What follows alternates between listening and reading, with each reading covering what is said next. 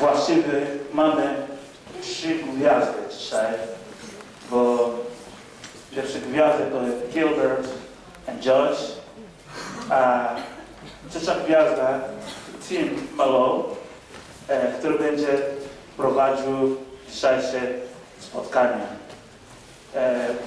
Bardzo mi miło, że to spotkanie się odbywa w ratuszu Starego Miasta w ramach współpracy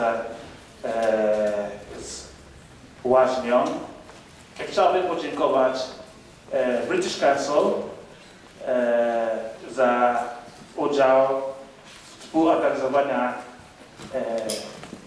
tego projektu i oczywiście panią Hazińskiej za ciężką pracę, za to, że doprowadziła do tego, żebyśmy mogli dzisiaj się spotkać.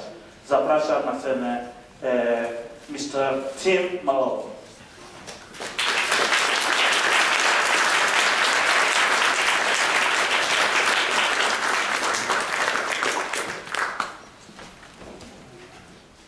Good evening.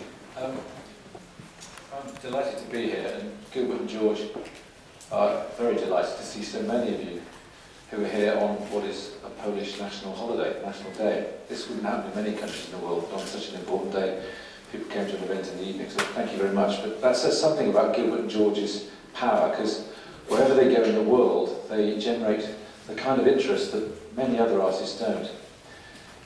It was in the late 1960s that two young men, one who had come from the west of England, the other had come from the Dolomites in Italy, first met at an art school, then probably the most famous art school in Britain, if not in Europe, called St Martin's. And for various reasons, some of which I hope we might talk about tonight with them, they decided that they were going to become one artist and two people, having stood on a plinth, each of them on a plinth, and performed what they then declared to be an act of living sculpture. From then on, Gilbert and George, in a way, have become living works of art. And for the last 4 decades, they've produced a body of work that has this extraordinary visual clarity, but also is able to speak to many people, even though certain critics see it as being emphatically British. The Jack Fruit pictures would be a great example of that, where the Union Jack is very evident, but at the same time, from the evidence of people that we've spoken to here in Poland and in other countries where this exhibition has toured, they're works that resonate and reverberate. Gilbert and George have this universal quality to them. And so for the last 4 decades, they've worked in series. They always produce series of works. And in 2002, their language changed subtly but significantly, which we can talk to them about too, when they started using computer technology. The Jack Fruit Pictures is the last major series of pictures they've produced. There's another one currently underway, more of which later. And they have taken their art to more countries in the world, I did a kind of count up the other day, than any other living British artist. They were the first British artists to show in China and Russia. They first showed in Poland 20 years ago in Krakow, and now here they are back again. They've represented Britain at the Venice Biennale. They've had the largest exhibition ever given to a living artist at Tate Modern, and yet they still maintain that they're outsiders. We'll put that to the test. But would you join me in welcoming to the stage 2 men who are described beautifully by the American critic Robert Rosenblum as the most singular duality in all of art history. 2 people, 1 artist, Gilbert and George.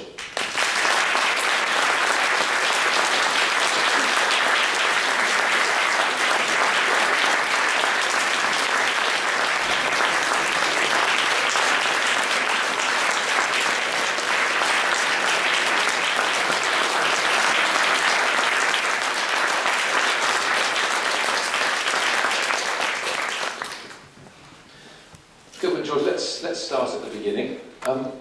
This meeting moment, is it something you can actually remember when you first actually set eyes on each other, first started to talk, or is it something that's got lost in the mists of time? No, I feel that it's all combined with our being the students in London, is then the most famous college in the world. There were film crews from different countries filming in the studios this month. It was extraordinary. I mean, it was quite exciting because I saw this vision that I wanted to be a better artist, so I moved from Munich to England and I ended up camping in front of St. Martin's School of Art to ask them to let me in.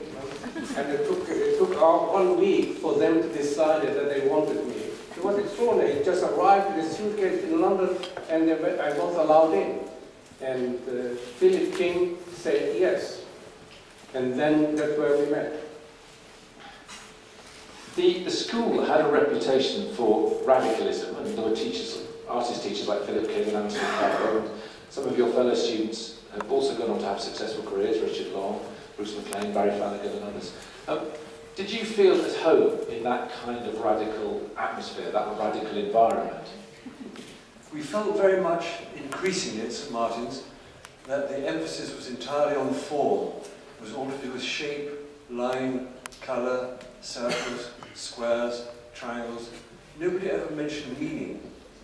And we felt that if you took these sculptures from the teachers or the students out of St. Martin's and onto the Charing Cross Road, that they would cease to have the meaning they have in that inner elitist circle, that they would lose their value entirely. And so we felt more and more that we wanted to create what we started to call already in the late 60s, art for all. We wanted an art that would address people wherever they lived in the world, whatever their social or educational background, that we could still find a way of speaking to them. I mean, St. Martin's School of Art was for us extraordinary because I met George, and then he actually showed me London. Not only London, he showed me East End of London. That looked extraordinary, but because I was a young person who never saw the world before. So we were walking in the East End of London, and it really looked like walking into a Dickens book. All this yellow light, all Jack the Ripper on every corner, all this stuff. But it was extraordinary. And then in St. Martin's School of Art, because we became already very close friends, we started to do even already then exhibition that we took outside the art school, and we hired like a cafe for the afternoon. We were inviting all the students and teachers to see our new art in a cafe, what we in Soho. And we made fantastic invitation cards, and they all were given sandwiches and tea, and we were what they call our sculptures at that time were on 2 tables. One table was George's table and one was my table, and that was the beginning of what they call becoming G&G. And very much anti-elitist as well, by taking from the college into the public area. And Gilbert was right about London. The London we knew at that time, we were both very innocent country people, so we weren't used to the city. And where we lived, and where we continue to live in the East End of London, is extraordinary now, but it was extraordinary in an entirely different way then. There were 3 huge hostels for damaged people. Many of them were war damaged, even from the First World War. They were lost souls with brain damage, physical damage as well. And a lot of them, they estimate that probably 40 or more % were people from the provinces who had committed some minor sexual misdemeanor. And at that time, in the early 20th century, the local police would say, if you've left town by tomorrow morning, we won't charge you. Which of course results in people packing a small suitcase, not saying goodbye to their mother or wife or son or children, and leaving for the big city. Well, of course, you're completely damaged if you lose everything that all your friends and your village and your family. So they end up in London completely damaged. And the streets were just filled with these crazy people. But extraordinary. That's all vanished now because that generation have died. And now the people on the streets tend to be more involved with drugs rather than with that. But it was the time that what they call the London was really the 19th century London, the East London that we were living in. And George at that time was teaching near what is in what called Oxford Street. It was extraordinary. He was teaching police cadets and hooligans.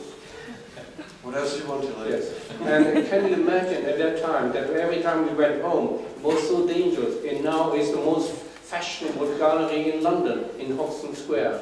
Absolutely. Did you thrive with that sense of danger and the potential kind of edginess or craziness around you? Was that something that you felt was artistically inspiring, at least potentially so? I think we felt then as we feel now. We feel we're living in the centre of the universe. We always said if a spaceship approaches planet Earth and says they've got 5 minutes to film the most typical place on the planet, we would say Brick Lane or Liverpool Street Station. Because it's such a huge melting pot, and such an extraordinary hive of activity and energy. It's extraordinary. And it changes all the time. People say, how do you like it now that it's changed so much? We said, it hasn't changed, it's changing. It's non-stop. But we did used to stick our heads in very dangerous places at that time. Like what I remember, all these skinheads bars. We went in when we were still at St. Martin's School of Art. So we were all excited to see the skinheads all with what I call the big shoes and all the stuff. And we wanted to go join them, go into the bar to have a drink. And as they said, you are not allowed in. And George, as an Englishman, said, what did you say? I said, you have to allow us in. It's a public house. It's a pub. You have to. Anyway, they didn't like that. We objected, and they followed us down the street and then ran from behind. We could hear people running, and then jumped on top of us and attacked us quite badly. Yeah, I was in hospital for 1 week. I shouldn't laugh, actually, it's serious. It's suffered for your art, I suppose you could say. But what was interesting at that time when we talked about St. Martin's School of Art, because in the end of the year we were taking images of us holding sculptures. Like George was holding a stick, and it was a sculpture. I was holding a kind of what you call sphere in my hand. And we even had a mask that we were putting on our faces like that. And then we realized after that we didn't need anything to be a sculpture. That was the beginning of the living sculpture. At the moment they realized that we don't need anything else. So that was a moment of liberation. That's when you realised you could work together. Yeah, that became the one thing. Two people, one artist, as we said. And then we were walking through the district of Euston and King's Cross, and there was a second-hand shop, and we bought a record. We didn't choose it. I didn't know whether there were a group of them. We just bought a record, which was called Underneath the Arches. It's an early 20th century song about two tramps who are keeping cheerful, although it's difficult and they're sleeping rough. And it's raining and the trains are travelling over where they're sleeping. And it's a song of just being determinedly optimistic and cheerful, though it's a difficult life and a hard, difficult journey. And we felt that was like a portrait of ourselves. We felt it was like an image of ourselves. And for some amazing reason, we decided to present it as a living sculpture, not very consciously.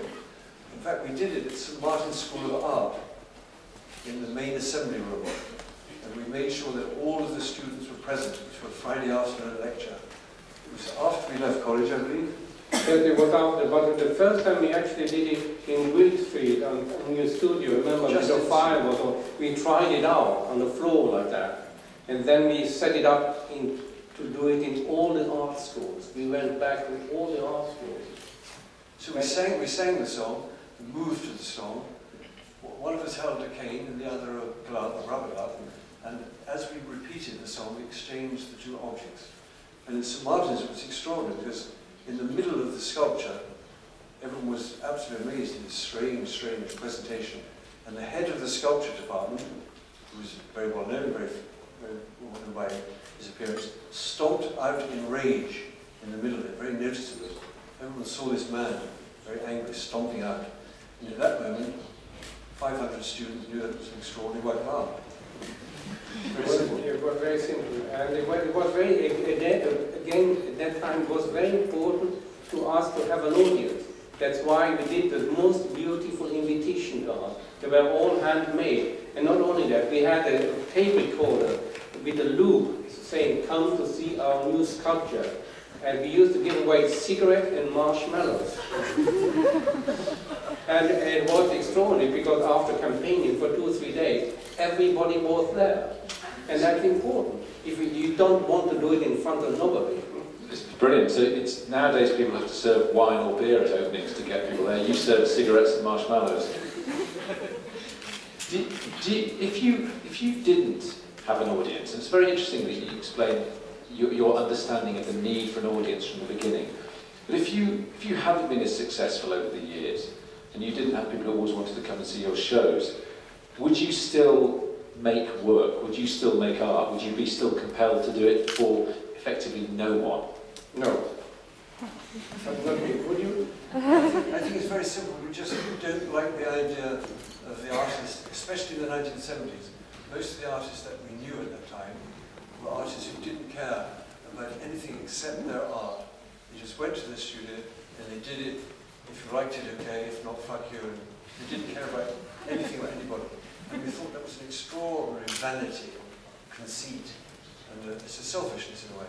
You can't imagine a medical expert just doing what he likes and playing around with and hoping for the best. We want the artist to be the expert and to provide a service. Do you think? But at that time was quite interesting when you talked about that, because already at the beginning, after then, you know, when we did all the what you call the singers covering all the art schools, and we did it in underneath an arch where all the artists came to see us, like Richard Hamilton, David Hawkins, all the people, and we did like the dinner and all the stuff. And then we had this idea that it was very important a public speak to an audience, like the vicar in some way. That's why we used to have, then we started to do, because we didn't have a gallery or a place where we could promote our ideas, so we thought it's much better to do direct through the post. That's why I invented the postal sculptures, no? That we managed to get a big address from a German dealer who gave us 3 important names, and we were able to send out these very personal messages through the post, and we were extraordinary success. Overnight, we were very, very well known all over Europe and North America. It's extraordinary. And that again is based on us speaking to the viewer. It doesn't matter how little it was already us, the morality of a G&G was already going through the post. We had been to Friday afternoon lectures, like the one we gave with the senior sculpture at St Martin's, and there'd be quite famous people. Like I remember Richard Hamilton came and gave a wonderful talk, and there were 17 people, I think, in the audience. And it's just badly organised and stupid. It should be organised in a way. It's a very important person, he has a wonderful message, and the people should be told that he's good. Just sloppy. But I think it's better to be more professional, really. But now the audiences for exhibitions around Europe, and certainly in Britain, are much bigger. Do you think that in a sense, that modern art, with a capital M, has become more accessible to more people, or have the audiences changed? They've become more engaged with it? Never before. Never before did so many people go to so many exhibitions. It's extraordinary.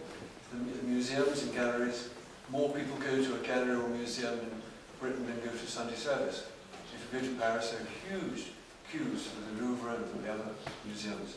It's quite extraordinary. Again, art for all became sort of true. Even in our Tranby district, there are now galleries, many, many galleries in the East End of London. There used to be just 3 or 4 in the West End that only showed foreign artists. And now there are galleries all over the world. You can exhibit in any country. I mean, London had very, very few galleries in 1970. There were 3 or 4, and if you were not able to go into one of these galleries and start to study, you had to become a teacher. Can you imagine a teacher forever, teaching somebody else how to do it? And but now it's so big. There are so many galleries. I don't know how good the artists are, but there are so much art, just extraordinary. There is nothing more, because we realize that if you go to Paris, no, the first day you walk up and down, the second day maybe you go in some church or Notre Dame or something like that. The third day you go to a museum. Art is incredible, because they want free thought. They want being able to invent something for themselves, to see how the world is changing. No? And art is a very good book, art, but art is very big at the moment. Let's just reflect more broadly across the 4 decades working together. You explained how that came about. It was kind of in quite interesting, radical circumstances, London itself and the art school and so on. But people hearing you now talk and seeing you and seeing your art will certainly get a sense of this kind of unity. But there's always that question, do you argue? Are there creative disagreements between the two of you that you keep quiet about? Do we argue? We say, no, we don't, but even if we did, we wouldn't tell you. And we do watch the news every day. That's one of the things that we do on a very regular basis. We read the newspaper at breakfast in a local cafe for 10 minutes, and we see the news at 6 o'clock. And we will always continue to watch it because we think it's such a terror, and we like to be reminded daily of just how much misery and unhappiness and fighting and battling there is in the world. It is a nightmare right now. Just as we speak, there are people killing people for little or no reason. And whilst there's so much aggression and horrors, we just don't want to be part of that. So we wouldn't argue or think of fighting in that way. There are plenty of people doing that. And we are not a husband and wife. Equal partners. Absolutely. That's it. And it is very interesting because our goal is the big cloud in front of us that we have been non-stop trying to reach. So you have a sense of what it is you're trying to reach? Oh, yes. We have a sense of purpose. Purpose. A shared sense of purpose. And we know all together how we swing it along, not like that. No? But the goal is always there. And in every single day, that goal is there. That's why we work for 40 years, nearly every single day, non-stop towards that goal. That, I don't know what you would call it. Well, let's take the jackfruit pictures because that's the series that's on show here. But where does that idea come from? How does it evolve from the two of you having an idea to a series of pictures hanging on a gallery wall? Yeah. It's all a strange evolution because all of the time we're thinking and feeling and planning and trying not to be too conscious about what lies in the future. 3 or 4 years ago we made a group of postcard pictures called the Urethra postcard pictures, which are being shown in Torino at the moment. And they're called the Urethra postcard pictures because we discovered that by arranging 13 postcards, 12 in a ring and 1 in the empty space in the middle, is an angulated version of the sign of the urethra, the circle with the dot. And we came across that because amongst our many libraries we have a Theosophical library, and one of the leading sort of creative, modern, forward-looking people in the movement was Annie Besant, and there was Charles Ledbetter, and he was the first person at the end of the 19th century to teach male masturbation at a time when it was regarded as shameful, unhealthy, sinful, wicked, and he tried to encourage people to believe that it's a normal part of life. And he always signed his letters when he taught masturbation by post with the sign of the urethra. It's a little bit like the female orgasm was taught in magazines and television programs in the late 60s and early 70s. It's a similar idea. Progressive. Yes, but it's even because we are together, no? So we become involved in new interests, no? Like I don't know, like how we see the trees in a new way, no? So we are discussing that, no? So how we interested in what called by accident we managed to fold an image, no? So that became interesting for us, no? It's all kind of falling into ideas, no? And then we started to take images, no? We take images for subjects that agree with us, and they change the subject, no? Sometimes we are interested more in that, sometimes the other one. So we make big collections like dictionaries of images to make pictures, no? And that's very important, because once you have all the words there, then you can compose a picture. That's very interesting. So you have, as you call it, a dictionary or a library. So there are medals maybe, or photographs of trees, or street scenes. But they are all, every time there are new ones. We never go back and take and use old ones. They are always new, like before, like now that we do the London pictures, we took 10,000 new images, no? We never go back and use an old image. We will take the same subject again and again and again before using, because we find that by taking the subject again and again, we find out what's in it for us. And what's in it for us is the moral dimension. That it's not just a nice tree, that it has a meaning. Once you realize that the seeds on the trees, which appear in the pictures here, in the plane tree, each one of those seed balls has hundreds and hundreds of potential baby trees, and each tree shoots down hundreds and hundreds of those. So it's an extraordinary idea of sexual insecurity that we have to be so crazy. I thought you were going to say it's creative, you know, it's the potential for creativity, but sexual insecurity is the Gilbert George term. We also like the idea that every year the trees have a spring, summer, autumn, in winter, and then they can do it all again. Yeah, our city didn't do very well. They're also the tallest living things in London, and we fondly imagine that they wave in the breeze, and sometimes wave back to them. They're at the back of our house, they're enormous. But, and even that's why then we started to involve in subjects, you know? Like at the beginning we were involved in loneliness, then we were involved in drunkenness, then we were involved in going through the woods and feel paradise was in what going in the paths of London. Then in 78 we saw, oh my God, everything is falling apart. It's becoming all red and communism. So we did the red mourning pieces. And then we started to see that what called these words on the wall like shit, cunt, piss, and all that stuff. We thought, my God, that's it. That is G&G. And that's how we make the groups. So you're observing sometimes it's actual facts, graffiti, obscene words on the walls. Sometimes it's a feeling. There's a feeling from the news or from walking the streets. And then it's a realization, because we realise that the people who write motherfucker or cunt or shit on the wall are very, very few. It's a tiny percentage of the population do that. What drives the person to go out and write fuck on the wall? It must be a driving force. If not, we would all be doing it. And that driving force must be very close to the creative act. It must be like wanting to write a poem today, wanting to make a musical composition. Then like in 83, 84, 85, we started this, take images of these boys. We were so criticized because they were prostitutes, no?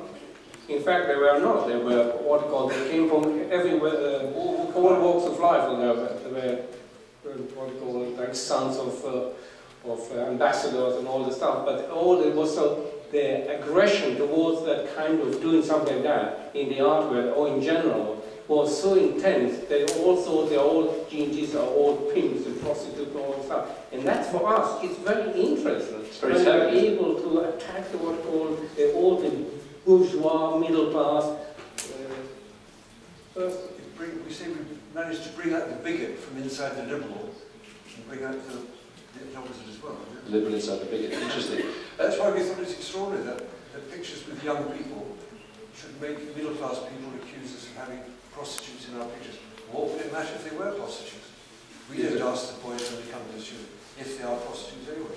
We actually telephoned one or two of the critics and said, what makes you think they're rent boys? Eh? They wouldn't know whether they're rent boys or not anyway. We would know, but they wouldn't. People have talked, or critics did in the 80s, talked about what they called a kind of gay aesthetic to your work. And then there were the feminists who said, you never depict women. Were you surprised by those kind of charges? Or accusations? Or descriptions? No, I didn't think we had any feelings about that. No, it's very interesting because we felt that we invented the whole idea of G&G as male to male. That's the center of the art. Center of our art, and we are two men. So when we wanted to somebody represent us in some way, you know, or expressing different feeling, we use young boys and stuff like that. We're not showing life or reflecting life. We're trying to form life.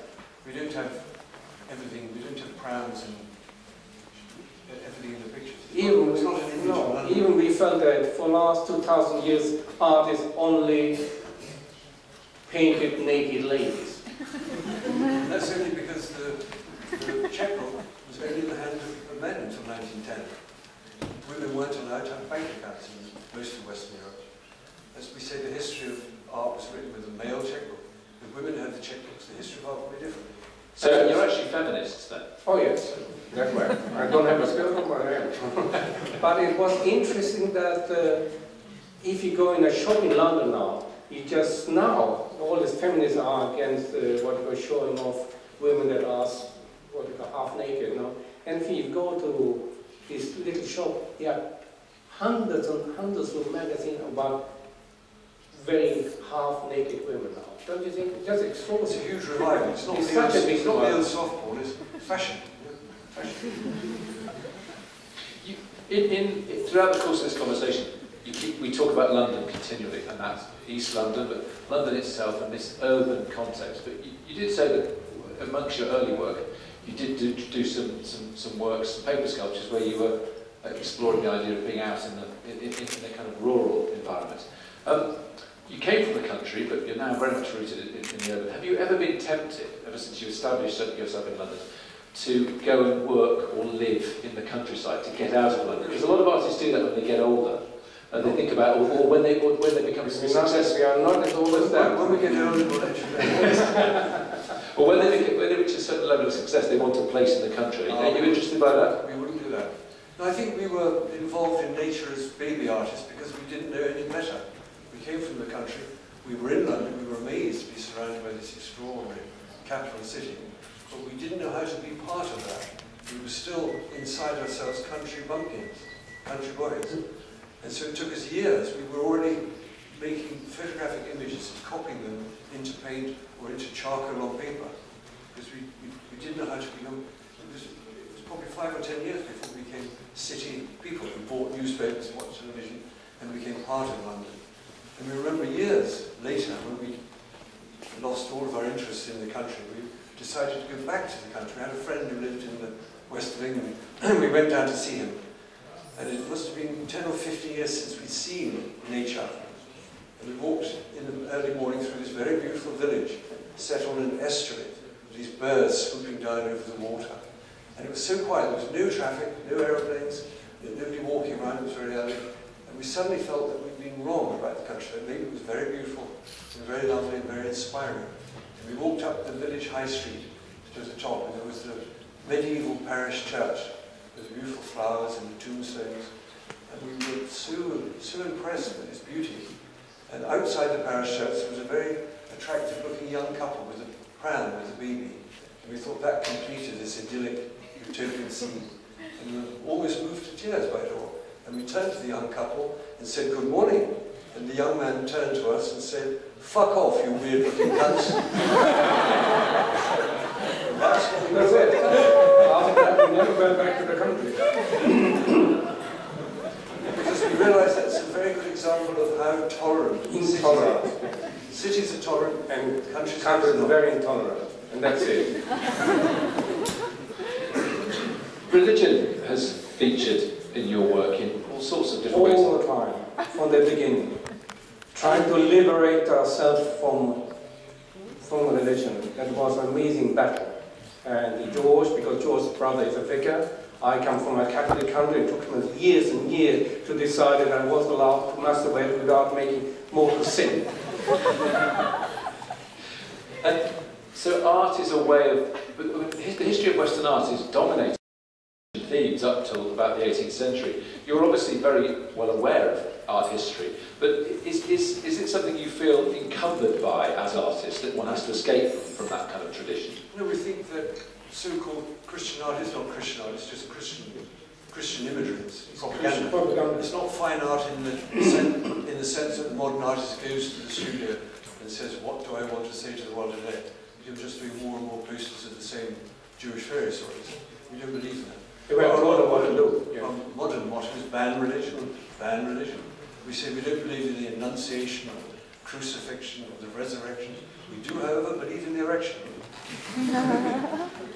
But you believe in freedom of speech, so people's right to practice religion is fine. It's just not as a kind of dominant orthodoxy. I think it's because they're trying to tell you that's God's word. That's what we are irritated by. It doesn't carry a health warning, that's the trouble. Yes, it doesn't carry a health warning, and it's not God's word, it's human beings' words. That's why we don't like. They try to pretend that they are coming from above. We know by now that they don't come from above. So it's all fairy tale, it's all stories. We all say to our younger friends, what do the middle 3 letters of believe spell? The middle 3 letters spells lie. It's not by chance, I'm sure. And it's very good. I mean, there are many religions in the world, but we don't believe in the other religions either. We don't believe in the Greek religion, we don't believe in what we call Zarathustra, we don't believe in Hinduism, we don't believe we are not going after modern Shinto religions, become totally fascist. No? Is art for some people, though, a surrogate religion? Well, we deal with religion in our pictures because we feel that we're not like the normal, boring modern artist who just leaves religion out because they think that's something their cleaning lady does on Sunday. When they're sophisticated and they're secular, they don't need to bother with it. It is a huge living reality. Somebody's being killed at this very moment for religious reasons. I mean, there are Not very far from here, I'm sure. Yes. Suicides are happening, I'm sure, this week, somewhere because of religion. there are Wars, murders. sexuality and religion, like Muslims or Islam and religion, and I'm sure even Hinduism and religion. Because they're all concentrating on sex. They try to stop what you call. They only look between the legs of every person and try to decide how to control it. They don't want them with the shoulder, it's just between the legs. And No entrance in the shoulder. And the freedom, sexual freedom, is not only in very, very few countries. It's only a little of Europe, a little of North America, and the rest is totally medievalism. Barbaric. Killing, That's why hanging, and torturing people, and making people very, very unhappy for what is completely normal. That's why, as well as ban religion, we say decriminalize sex. Decriminalize sex worldwide. There's still 117 countries which punish people for sex. Back in the 1970s, there was a series of works you did, one of which I think it was graffiti, but it proclaimed, "We are angry." Hearing you now, I mean, seeing you, very polite and restrained. Well, forthright. Do you feel an anger? What you've just said verges on anger. No, we feel we want to be helpful, that's all. As much as possible to help. We all always feel every day a great indebtedness to the people who came before us that arranged the privilege that we have. That we can show our pictures in Gdańsk, in London, New York, come here and talk to you in this wonderful building. We're all very, very privileged people.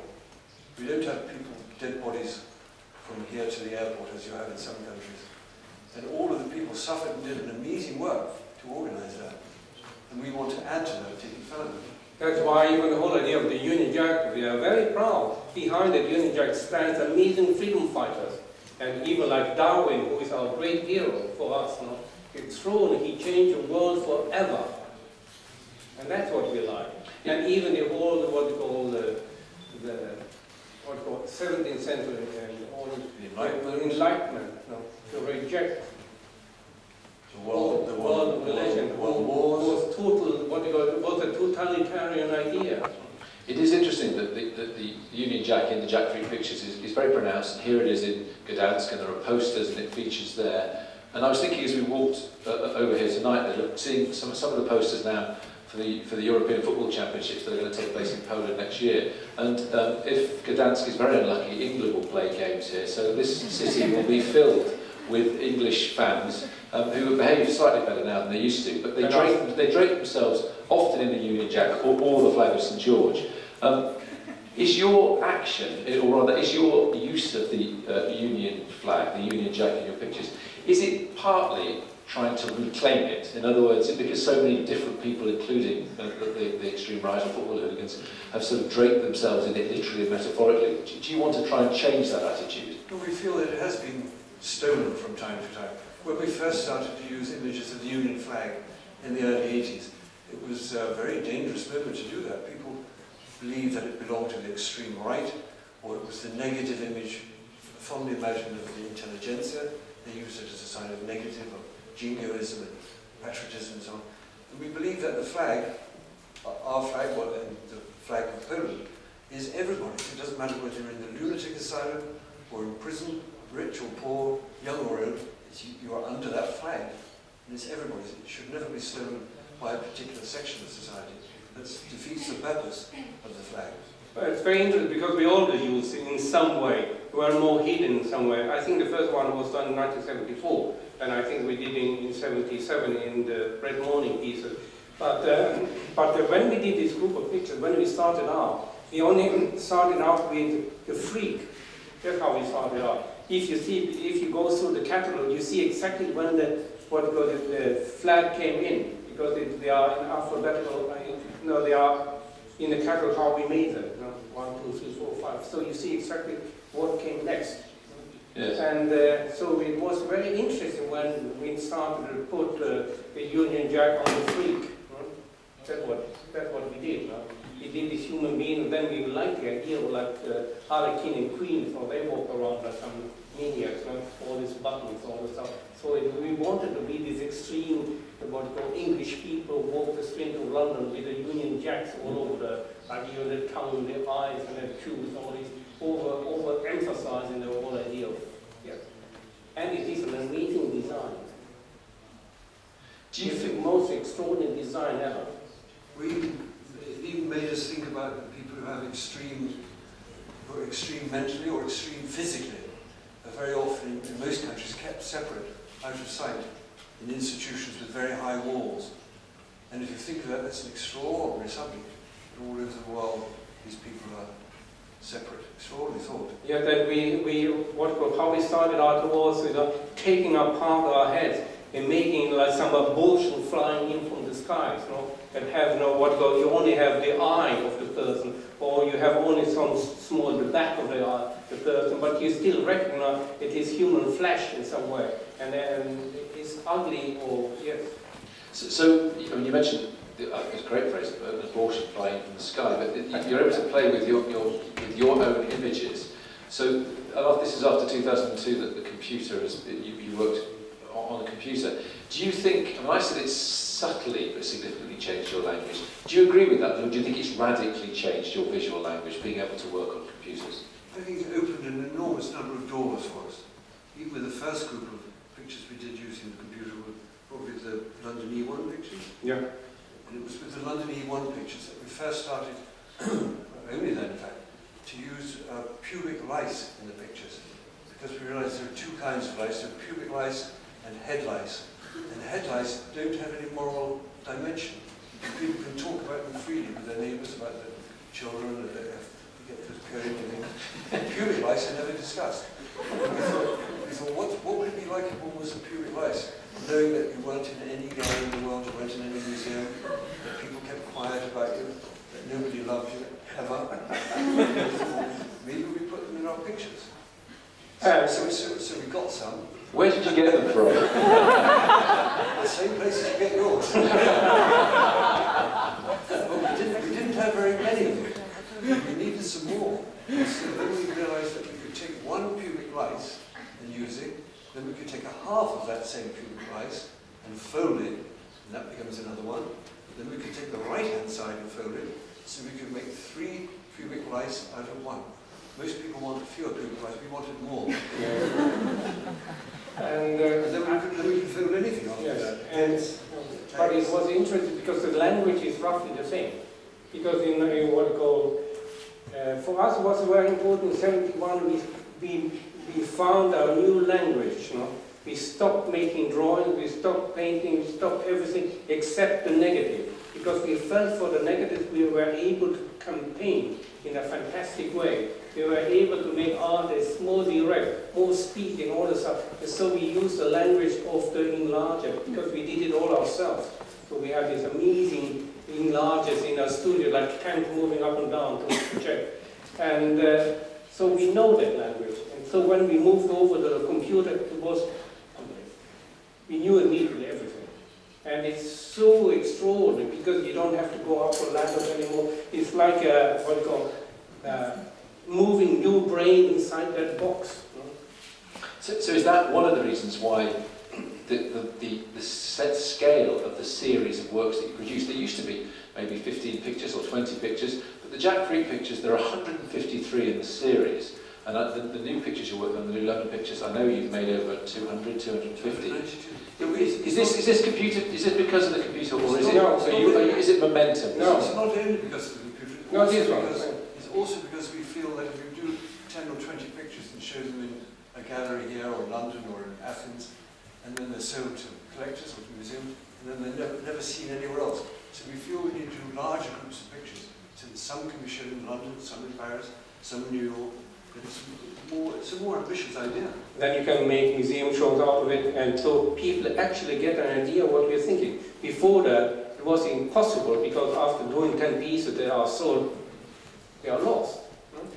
But these new pictures were done not because of that, they are done because of the necessity of stealing all these posters. For 10 years, every day in our evening walks to dinner, we passed the newsagent shops. They always have a poster advertising this week's local news. The titles are like, it'll say woman killed on tube, or boy stabbed in park, or it's always disasters of some kind. Suicide. And people say, well, they're just done to sell newspapers. Yes, that's true, but every poster and every message does represent an actual human horror and sadness. When the police come to your house to say that your son or your daughter's been killed, who do you tell next? The school or the employers or your relatives? And also, they're also very tragic as well as being just commercial. And we stole 3,780 of these posters without thinking too much. We just piled them up every evening we came back. Yes. And it became a huge pile. And then one day we decided we were ready. So we took images of each poster in their groups. So there was a group which had the word murder, one which had murderer, one that has murders, and stabbed, stabbing, stabbed. Teacher, dies, boy, P, pensioners, pedo, everything. And so when we finished what we were making when we finished the posters, made 292 by itself, by the number of posters. Yeah. So that's your preview, by the way, of the new series of works. That's the skeleton of the pictures, and then we were able to find ways of bringing in imagery to go with that. That's why the pictures are more or less automatic, in that they're made themselves, because the posters are black and white. We keep that, and the relevant word in that picture is murder or boy or woman. We make that into red, and the only thing that is in all of the posters, all of the subject, the only single thing is the human being. So we added the colour flesh.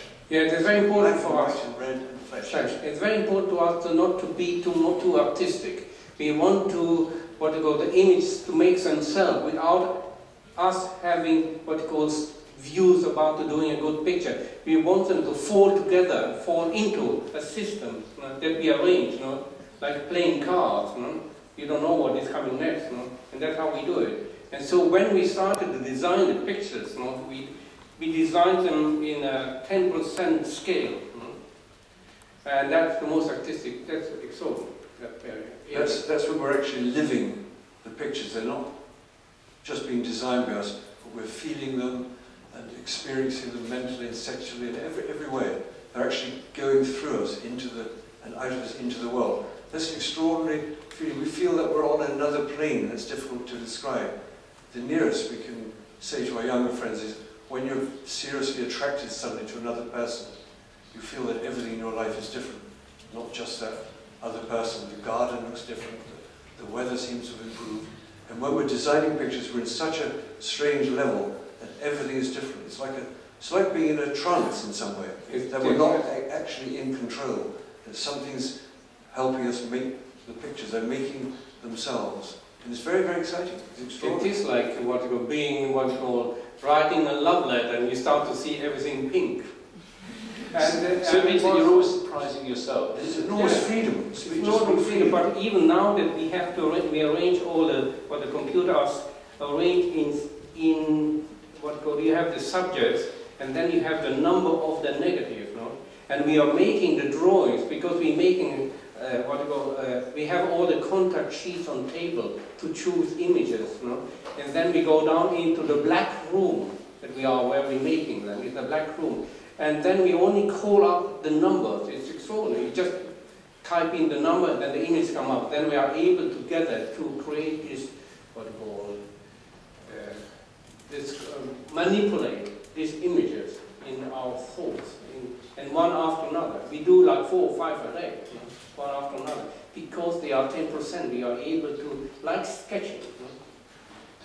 But there are many characteristics that could be articulated as being Gilbert and George, how you could recognise a work is by Gilbert and George. But I suppose the most consistent one is the fact that the two of you always appear in the pictures. What is that? Is this art as a form of self-expression, or are you making a mark with yourselves, as it were, there? We think we're very simple, saying very clearly that this is a visual letter, or visual love letter from us to the viewer, so that each of you, whoever you write to, it will only be your name that you sign the letter with. It's like if you're in a museum and you want to tell a friend to come and see this Van Gogh, it's so fantastic. You won't say, come and see this tree and a bit of grass. You'll say, come and see this Van Gogh, because you know it's him speaking to you from the grave. If you say any name from history, Charles Dickens, whether you've read a book or not, something from his culture comes to you. And we're in the pictures in that way. It's very interesting because when they see us, like on the buses or in the cafe or walking, all the stuff, in the moment they see us, they see a picture of us. No? They see us, but they see all the art that they ever did. No? All our visions, ideas, come with that. And so it's very easy to recognize. No? Like what we told you about the lorry driver. No? Tell the audience here. The lorry driver who leans out of the lorry and shouts in a very rough accent, "Oi! My life's a moment, your art's an eternity." Very complimented. Philosophically astute lorry driver. It's wonderful. And I suppose, I mean, you're recognisable and prominent because of your art, also because you're very generous with yourselves and time, that, you know, when there are exhibitions, you give interviews, people are curious about you. But I suppose you're also recognisable because of your dress. You're always immaculately dressed. You wear suits and ties and shirts. And this is something that you've done for 40 years. I wouldn't be so bold as to say it's a uniform, but some people see it in those terms. How did that come about? Why did you decide to wear the suit and tie? First of all, we think it's very good because it makes us have a contact with the viewer. We have a friendship with the viewer because we're there and the viewer's there. It's like a connection, really, human connection. They're not looking at a work of art thinking, what is this stuck-up superior artist who probably thinks I'm not very good because I can't get it. Which a lot. I remember we went to an opening in Milwaukee, our opening of our exhibition in Milwaukee, and we were surrounded at the opening by all the sophisticated local people from the councils and the wealthy and the artistic community. And suddenly a black person broke through the gate crash of the opening and came weaving his way towards us. He was the only black person at the opening, and Milwaukee's half black anyway. He came up to us, and to the horror of the other people, he said, "I know all about art and artists, and it's always looking down its nose at me, but you guys are different. You speak from the heart." And it was like an educational moment for the art people. We understood exactly. And that must have been in 1984. That's amazing. So, We like to have contact with people in that way. I mean, the suits came about first. George always used to wear a suit. Even I, as a country boy, he had to wear this very tight, these farmer suits, no? And I kept to that in some way. And then in St. Martin's School of Art, after, when we started to try to promote ourselves, we used to go to galleries to sell ourselves quite cheap, in a big box, no? With images like the head, remember, the smile, cake, food, and words and all the stuff. And we went there and tried to sell it. We had to dress up, to be for the appearance. No? Nobody believed us, but we did. Yeah. It's quite strange because we thought to be an artist and to create art is a very, very important thing. And therefore you dress for the occasion, like if you go for an interview, or if you go to a wedding, or to a funeral. We thought it was very... And we always said we never wanted to be the artist that the mothers would be ashamed of. It didn't work out exactly like that one. But it's very good because even people who don't know who we are, just from our appearance, we get people who speak.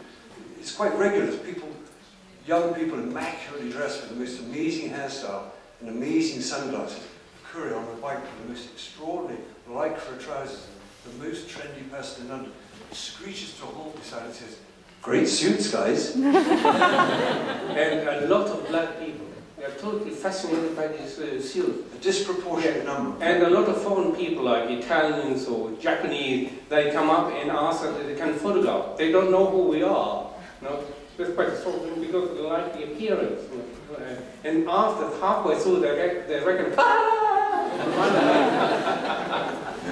It's very sweet because it's very normal in some way. Every politician wears a suit, every director of every company, all over the world, the suit is still a very, very normal thing. But in the art world, it's different. It's weird in some ways.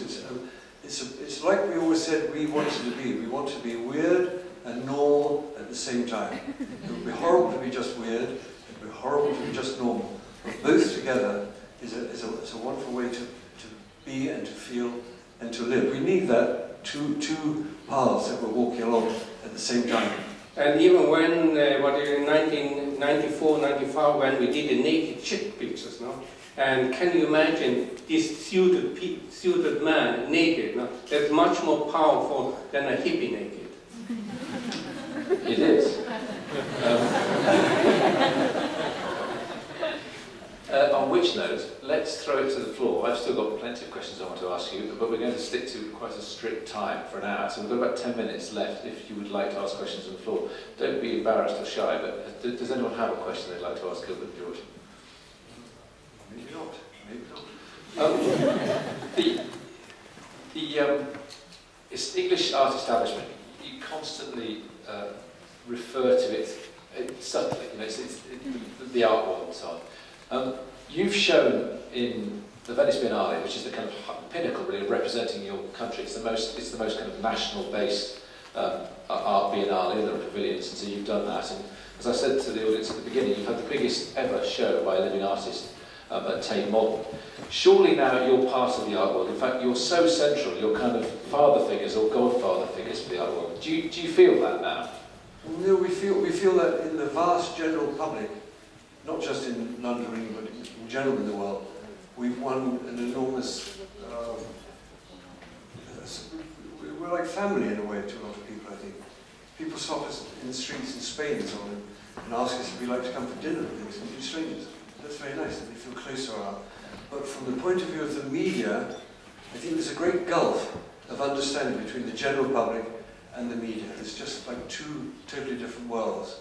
We've never quite understood that. I mean, that was very different in 1970 when we started out. Art was not from England. Art was from for a long time, hundreds of years, was only from France. No? And then it became 1960, it became art was really from America only. And we managed in some way to stick to the ground in London and make ourselves international art. And that's very difficult. That's extraordinary because they don't regard English people as being artistic. At that time, yeah.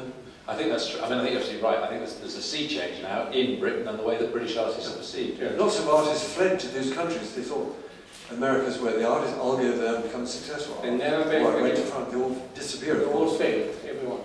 Let me conflate another question briefly. You showed here in Poland, admittedly, it was in Krakow, not Gdańsk, 20 years ago. Now you're back.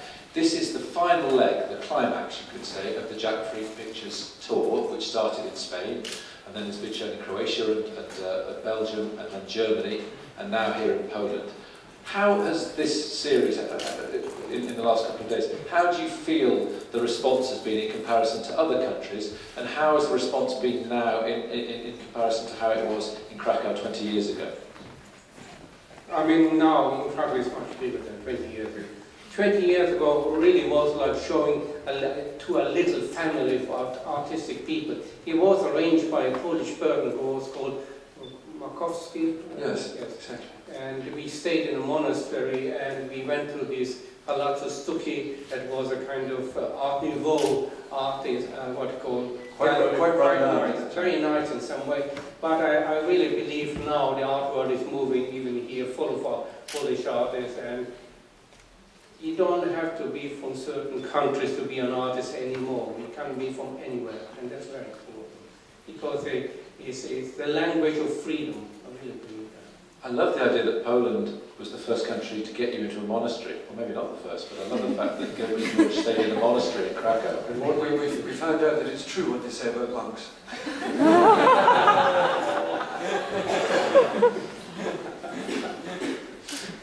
Okay, just give you one more chance on the floor, otherwise I'm going to ask the final question.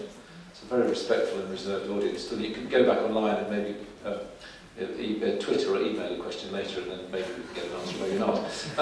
This morning, it was lovely to see you talk to a group of art students in the gallery, in the museum. And I know that a number of places on this tour, but also wherever your work's shown, artists and students seem drawn to come to the exhibition, and you all seem interested and engaged to talk to them. There's more students here, and I know they're not the same students who are here there this morning, and I love the idea that you can pass on advice, even though you've just said you can never countenance the idea of being teachers. You want to make art, not talk about how it's done. So what is your advice to artists in general, but also to young art school students based on this morning? Our normal answer is that we have two pieces of advice to the students. And we say the first piece of advice is when you get up tomorrow morning, sit on the edge of the bed, don't stand up, keep your eyes closed and think, what do I want to say to the world today? And don't do anything until you've decided. It doesn't matter whether you use a pen or brush, just what do I want to say to the world today? And the second piece of advice to the students is, Fuck the teachers. On